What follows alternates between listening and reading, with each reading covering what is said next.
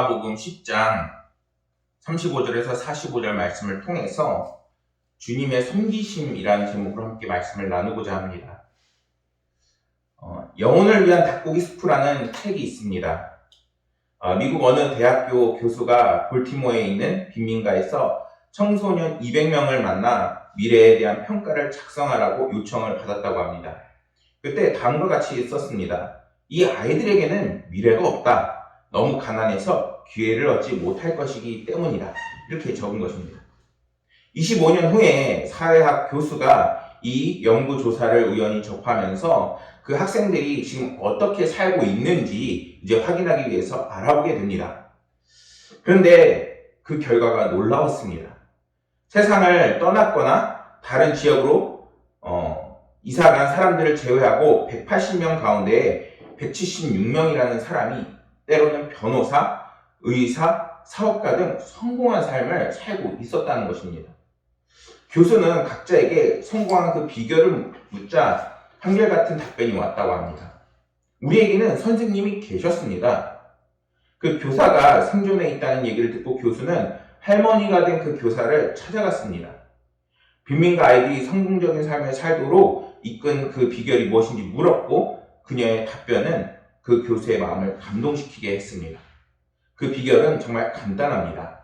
나는 그 아이들을 사랑했습니다. 이렇게 답변을 한 겁니다. 사랑보다 더 큰 교육이 없습니다. 그리고 사랑보다 더 큰 기적도 없다는 것을 이 예화에서는 볼 수 있는 것입니다. 우리에게는 너무나도 많은 허물이 있는데 그 허물을 이제는 이 교사가 감싸주고 그 아이들을 이끌어서 가르침을 주고 꿈을 갖게 했던 것입니다. 우리에게 사랑의 그 모범이 되어주시는 분이 오늘 말씀 속에서 나옵니다. 성경 속에서는 그분에 대해서 증언하고 있죠. 그분은 누구이십니까? 바로 예수 그리스도입니다. 그분은 사랑의 모범이 되어주셔서 지금은 성경 속에서 또는 우리의 고백을 통해서 이제는 십자가의 그 은혜를 통해서 오늘날에도 성령으로 함께 하시고 여러분들의 사랑으로 보듬고 계십니다. 중요한 것은 우리가 그러한 주님을 마음에 담고 받아들이고 그분과 함께 더불어서 살아가고 있는지가 중요한 것입니다. 그분은 성경을 통해서 우리에게 영원한 사랑을 약속하시고 보여주고 계십니다. 그런데 아이러니하게도 주님을 3년간 공생애를 따라다녔던 제자들이라는 사람들이 오늘 말씀에서는 그것을 전혀 깨닫지 못하고 있는 모습을 우리에게 보여주고 있는 것입니다. 세베대의 아들 야고보와 요한이 주님께 나와 청탁을 합니다. 정치적 청탁이에요, 이거는. 그들은 주님께 영광스럽게 되실 때에 그들을 이제는 예루살렘 입성하실 때 우리를 한 명은 좌편에, 한 명은 우편에 이렇게 우리를 세워달라고 예수님께 청하고 있습니다. 오늘 본문의 말씀을 보면 알 수 있듯이 제자들의 이런 요구는 정말 예수님의 상황과 마음을 전혀 헤아리지 못한 상황입니다. 지금이 어떤 상황이냐면은 예수님께서 예루살렘으로 가고 있는데 이제는 십자가에 달려 돌아가실 것이고 그것을 벌써 오늘 이 장면이 있기 전까지 3번이나 지금 예언을 하고 계신 상황인 겁니다. 이제는 자기가 십자가에 달려 돌아가시려고 이제는 자기가 스스로 십자가에 이제 가고 계신 건데 그리고 그것을 예언하고 있는데 걷다가 대고 이제 제자들은 이렇게 얘기하고 있는 거예요. 예수님, 당신이 예루살렘에 입성할 때에 한 명은 좌편에 한 명은 우편에 우리를 세워주옵소서. 주님은 죽으러 가는데 한마디로 제자들은 주님의 이 상황을 전혀 알지 못하고 있는 것입니다. 예수님께서 십자가에 달려 돌아가실 것이라는 것을 제자들은 전혀 알지 못합니다. 36절 말씀에 보면은 이렇게 말씀합니다. 이르시되 너희가 무엇을 하여 주기를 원하느냐. 주님이 이때 당시에 어떤 감정인지는 다 파악을 못하겠어요. 그런데 자신들을 세워달라고 하는 그 말씀에 이야기에 주님께서는 정말 내가 너희에게 무엇을 해주길 원해? 오히려 이렇게 반문을 하고 계세요. 주님은 제자들에게 내가 너희에게 무엇을 해주기를 원하느냐고 물으시면서 이제는 우리에게도 함께 질문하고 있는 것으로 볼 수 있어야 합니다. 만약에 주님께서 오늘날 나에게 내가 너에게 무엇을 해주길 원하느냐라고 묻는다면은 과연 우리는 오늘날 교회는 뭐라고 대답할 수 있을까요? 만약에 저 같은 경우에는 주님을 믿기 이전에는 아마 하나님한테 때로는 건강을 바라고 때로는 물질을 바라고 또 지금이라고 해서 그렇게 크게 달라지지 않을 수도 있어요. 그런데 주님의 그 사랑을 알고 이제는 믿게 되니까 이제는 더욱더 주님 곁에 있게 해달라는 그러한 고백이 지금은 나올 것 같습니다. 하지만 그게 쉽지가 않아요. 우리에게 주님께 기도하고 바랄 때 건강을 달라하고 정말 물질을 달라하고 정말 이 세상을 이길 수 있는 힘을 달라하고 정말 주님께 바랄 게 얼마나 많아요. 그런데 우리는 정말 알아야 돼요. 주님은 어떤 상황인가요? 우리를 사랑해서 십자가에 달려 돌아가시고 이제는 우리를 구원하시고 오늘날에도 우리가 정말 분노나 그리고 미움과 다툼과 시기와 질투와 그리고 우리의 삶의 부정적인 모든 것들에 감싸이지 않고 하나님의 사랑 안에 있게끔 하기 위해서 오늘날에도 성령님으로 우리 생각과 마음을 만지시고 이제는 우리의 삶의 모든 것을 주관하고 인도하십니다.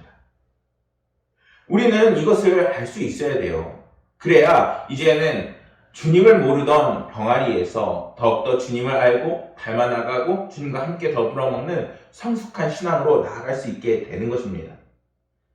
만일 아무리 소원을 빌어도 정말 우리에게 필요한 건 내가 생각하는 것 이것이 내가 맞다고 생각하고 빌어버리고 기도해버린다면 정말 하나님께서는 오히려 그 기도를 들어주실 수가 없게 되는 것입니다. 하나님께서는 우리의 그 바라고 원하고 기도하는 것 안에 정말 하나님의 그 안에서 주님과 더불어 먹는 그러한 기도를 들어주시고 응답하십니다. 오늘 함께 나누는 오늘 말씀에서 정말 하나님께서 우리에게 원하시고 바라는 것은 이제는 주님과 함께 그리고 주님과 섬기는 그 삶을 살기를 원하시는 것을 우리는 볼 수 있어야 합니다. 야고보와 요한도 37절 말씀에서 주님의 영광 중에 주님의 보좌의 우편에 앉기를 원한다고 하는 그 요청을 좀 더 자세히 보면은 그들이 정말 주님의 이 상황을 배려하지 못하고 깨닫지 못하는 것을 계속해서 볼 수가 있어요. 이제는 우리를 사랑하사 십자가에 달려 돌아가시고 그러면서 이제 그 상황조차 이제는 제자를 위해서 모든 시간을 쓰고 계시는 주님의 그 사랑을 지금 제자들은 모르고 있습니다. 세상에서는 이러한 사람들을 이렇게 표현하죠. 철이 없다. 그런데 이 상황을 가만히 보면 제자들은 주님의 그 고난을 예언하시는 주님의 그 말씀을 전혀 알아듣지 못하고 있는 것을 우리는 볼 수 있습니다. 그들이 얼마나 주님의 말씀을 제대로 알지 못했는지 우리는 이것을 통해서 반면교사를 삼을 수 있어야 합니다. 주님은 처음 시작부터 하나님의 나라의 그 복음을 전하고 이제는 우리들을 사랑하시고 섬겼을 뿐만 아니라 마치는 그때까지도 섬기고 함께 하십니다. 지금도 우리와 함께 하셔서 이제는 우리 역시 주님께서 제 십자가를 지라는 그 말씀과 같이 우리의 십자가를 지고 주님과 함께 섬기는 삶을 살기를 원하신다는 것을 우리를 알 수 있어야 합니다. 주님은 이러한 그들의 질문에 이렇게 답변하십니다. 38절 말씀을 보면은 예수께서 이르시되 너희는 너희가 구하는 것을 알지 못하는도다. 전혀 알지 못한대요. 내가 마시는 잔을 너희가 마실 수 있으며 내가 받는 세례를 너희가 받을 수 있겠느냐. 이렇게 말씀하십니다. 이러한 주님의 말씀은 당신이 겪을 고난을 너희가 받는 것을 너희들도 받겠느냐 이렇게 질문하고 있는 것입니다. 내가 마시는 잔, 내가 받는 세례는 다 같이 주님이 받으실 고난을 의미합니다. 다만 좀 더 구분을 해보자면 내가 마시는 잔이라는 표현은 주님께서 능동적으로 자신이 찾아서 우리를 사랑해서 받는 그러한 고난을 의미합니다. 또 받는 세례라는 표현은 수동적으로 이제는 오는 주님의 그 고난을 의미합니다.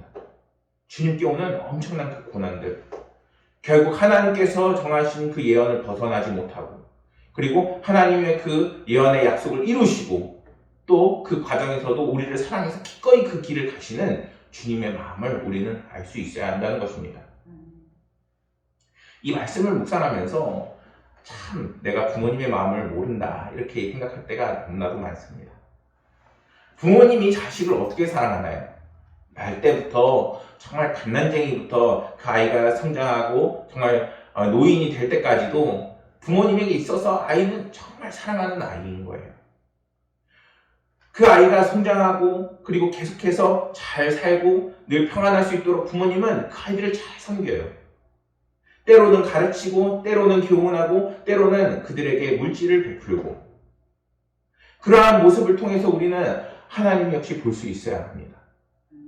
하나님은 비록 우리 눈에 보이지는 않지만 이제는 성령님으로 함께 하시면서 우리가 태어나기 이전부터 우리를 확증하셨고 우리의 그 사랑 안에 묶여서 이제는 때로는 물질로 때로는 인도함으로 주님이 사랑하는 그 사랑으로 우리의 모든 삶을 하나님 나라 갈 때까지 인도하시는 분이 하나님이십니다. 우리는 이러한 하나님을 정말 사랑하고 응답할 수 있는 성숙한 신앙의 자세를 가져야 하는 것입니다. 만약에 우리가 하나님 당신이 언제 우리를 도와주셨어요? 하나님 언제 우리를 사랑하셨어요? 이렇게 반문한다면 하나님의 마음은 어떨까요? 아마 부모님의 마음이 정말 그 자녀가 반발하고 또한 반항을 한다면은 마음이 많이 아프고 속상하듯이 하나님의 마음도 그럴 것이라는 겁니다. 오늘 말씀에서 정말 철들지 못하고 성숙하지 못한 제자들이 정말 주님 앞에서 정말 해서는 안 될 말, 오히려 정말 실수의 말을 하는 것을 볼 수 있습니다. 오늘날 우리는 어떤가요? 오늘날 주님 보시기에 코로나 상황이라서 주님 오늘은 교회 못 가요. 주님 오늘은 어디 가야 해요. 주님 오늘은 예배는 좀 다음에 드릴게요. 이렇게 하고 있는 우리의 모습은 없을까요? 아이들한테 이제 제가 온라인 예배 영상을 이렇게 보내는데 거기에서 계속 말씀을 준비하다 보니까 예배는 이렇게 드려야 하는 거예요. 이게 정말 중요하더라고요. 왜냐면은 애들이 예배가 다 끝나고 나면은 이제 줌을 통해서 만나게 되는데 애들이 얘들아 예배 어떻게 드렸어? 그러면 어떤 애는 누워서 드렸대요. 어떤 애는 잠을 차리면 교회 올 때하고는 모습이 전혀 달라요. 그 아이들이 정말 하나님이 사랑이 많으시고 넉넉하시고 이런 것도 아는 것도 중요하지만 정말 예배만큼은 하나님께 드리는 예배이기 때문에 거룩하고 우리가 신실하게 예배를 드려야 한다는 것을 아이들에게 알려줘야 되잖아요.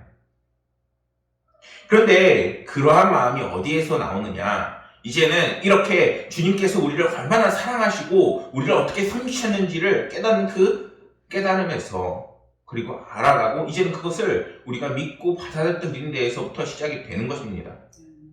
우리의 삶에서 정말 힘이 되고 능력이 되는 그 근원이 어디에서 나오나요?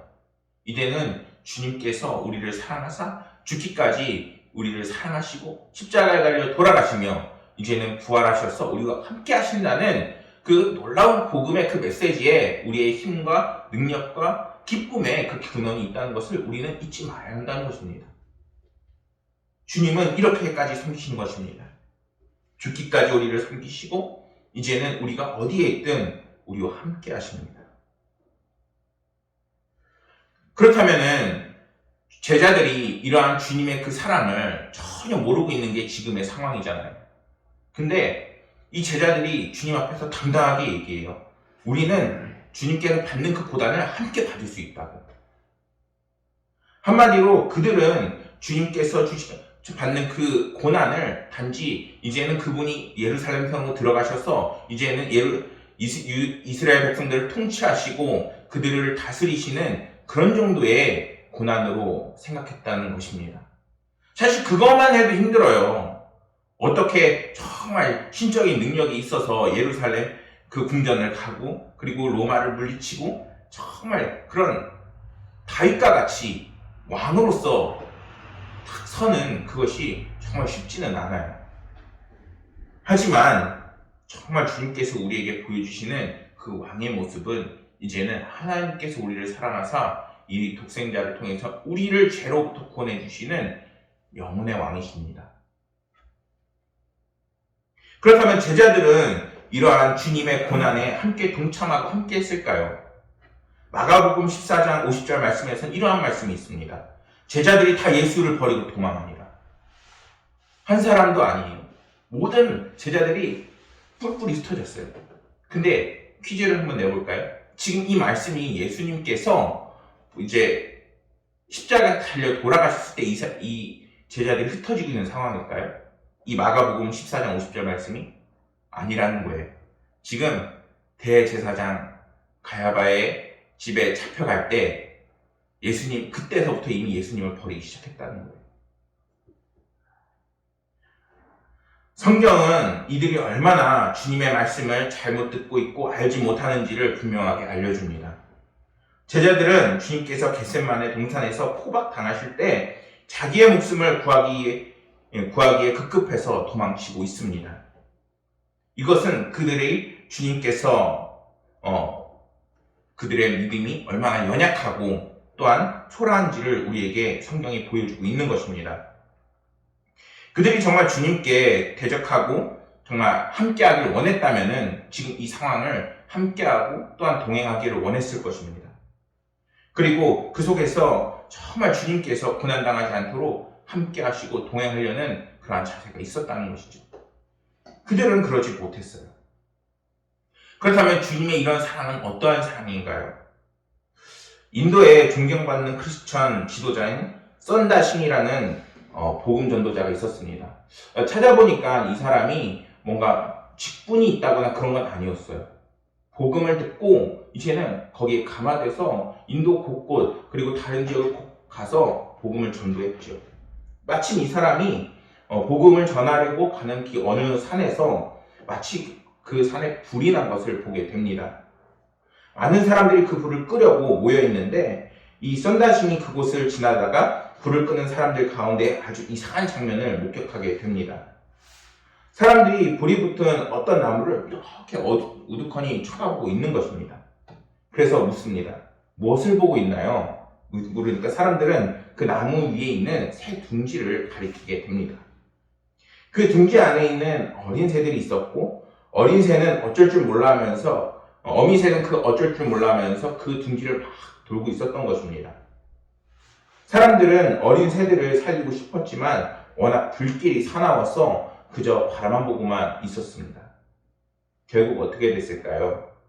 결국 새 둥지에 불이 붙고 그리고 어린 새들을 구원하기 위해서 어미 새까지 같이 딸려 들어가서 결국에 함께 죽고 마는 그 장면을 보게 됩니다. 그것을 본 이 썬다신이 정말 눈물을 흘리면서 그 자리에서 하나님의 사랑이 이렇다고 함께 전했다는 것입니다. 오늘날 많은 사람들이 혼자 사는 세계 또는 혼자 사는 삶이라고 여기고 있습니다. 그런데 우리는 그곳에서 깨어나와야 합니다. 하나님께서는 우리를 사랑하사 죽기까지 사랑하셨고 지금도 섬기고 계시며 앞으로도 많은 영혼들을 섬기실 것입니다. 그 모습에 가장 먼저 보여주신 분이 누구냐? 예수 그리스도인 것입니다. 주님은 이제는 십자가에 자신을 던지시면서 정말 지옥의 불 속으로 들어갈 수밖에 없는 우리들을 구원하신 것입니다. 주님의 부활을 목격하고 성령을 받자 이제는 제자들이 변하게 됩니다. 사도행전 12장 1절과 2절 말씀에서 야고보에 대한 이야기가 나옵니다. 그때 헤롯 왕이 손을 들어 그의 중에 몇 사람을 해하려고 하여 요한의 형제 야고보를 칼로 죽이고 이제는 복음을 전하다가 이제는 결국 순교하게 되는 야고보를 볼 수가 있게 되는 것입니다. 그러면은 또다시 하나님의 주님의 좌편에 우편에 있게 해달라고 한 또 다른 제자, 이 사람은 어떻게 됐을까요? 요한 사도는 이렇게 고백합니다. 요한계시록 1장 9절 말씀에서 나 요한은 너희의 형제요 예수의 환난과 나라와 참음에 동참하는 자라. 하나님의 말씀과 예수를 증언하였으므로 말미암아 반모라 하는 섬에 있었더니 주님의 그 복음을 전하기 위해서 정말 오지라도 가고 온 힘을 다해서 그 사람을 복음을 위해서 살아가고 있는 모습을 볼 수 있게 됩니다. 아까 마가복음 14장 50절에서는 어땠죠? 주님이 잡히자 모든 제자들이 도망쳤죠. 이제는 변한 거예요. 무엇으로? 이제는 성령님이 함께 하시고 또한 그분이 나를 어떻게 사랑하고 섬기셨는지를 이제는 점점 깨달아 나가는 삶이 된 것입니다. 그리고 그것은 이제는 우리의 믿음이 되어 오늘도 우리도 이제는 주님의 사랑을 본받아 섬기는 사람의 삶이 되어져 가는 것입니다. 그런데 이것은 강제할 수도 없고 또한 네가 크리스천이기 때문에 당연히 그렇게 되느냐 이렇게 말할 수 있는 것은 아닙니다. 중요한 것은 우리가 이제는 우리의 믿음을 바라보고 우리의 상태를 바라보고 정말 주님 안에 있는가, 주님은 내 안에 계신가 하는 그러한 점검과 우리의 신앙을 다시 다잡는 그러한 결단이 필요한 것입니다. 이제는 주님과 함께 나 역시 섬기는 삶, 이제 나 주님의 그 사랑을 실천하는 삶, 죽기까지 나를 사랑하시고 이제는 나 역시 그것을 함께 본받는 삶, 거기에 응답하는 모든 크리스천이 되어야 되는 것입니다. 40절 말씀에 주님은 내 좌우편에 앉는 것은 내가 줄 것이 아니라 누구를 위하여 준비되었든 그들이 얻는 것이라 라고 말씀하십니다. 하늘의 상석을 차지할 성도는 지금 지정되어 있는 상태가 아니라는 것을 말씀하고 계신 것입니다. 그리고 그것은 지금 당신이 지정할 수 없다고까지 이야기하십니다. 무슨 말일까요? 이제는 우리가 살아나가는 모든 인생에 주님께서 바라보시고 그리고 그것을 하나님께서 감찰하시고 거기에 대해서 하나님 나라를 위하여 정말 그 섬김을 이제는 실천하는 그리스도의 성도들의 그 모습을 하나님께서 보신다는 것입니다. 사랑하는 여러분, 사도 바울은 고린도전서 3장 말씀에서 성도들 중에 부끄럽게 구원받는 성도가 있다고 분명하게 말씀합니다. 함께 구원을 받아도 크기가 다른 거예요. 주님께서는 주님을 위해서 이제는 더욱더 예수님을 닮아나가고 그 섬기는 삶을 사는 삶을 분명히 더 큰 은혜를 부으시고 이제는 그들의 하늘 상급을 예배해 놓고 계신 것입니다.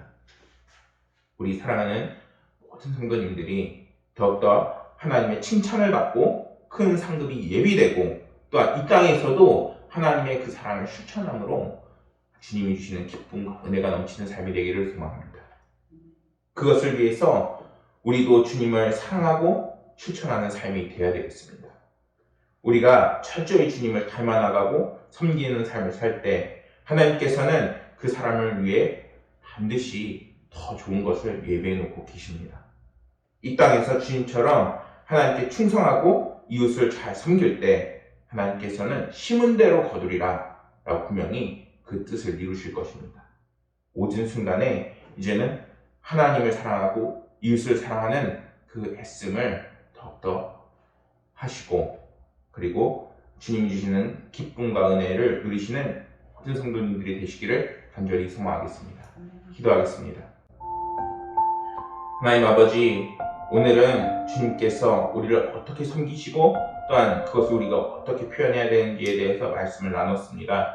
아버지 하나님께서 저희 가운데에 내주하셔서 논하고 그리고 또한 잘못된 우리의 생각들을 이제는 더욱더 주님을 닮아나가게 하시고 주님이 우리를 사랑하시고 섬기신 것처럼 우리 역시 주님을 섬기고 닮아나가는 삶이 되게 하여 주옵소서.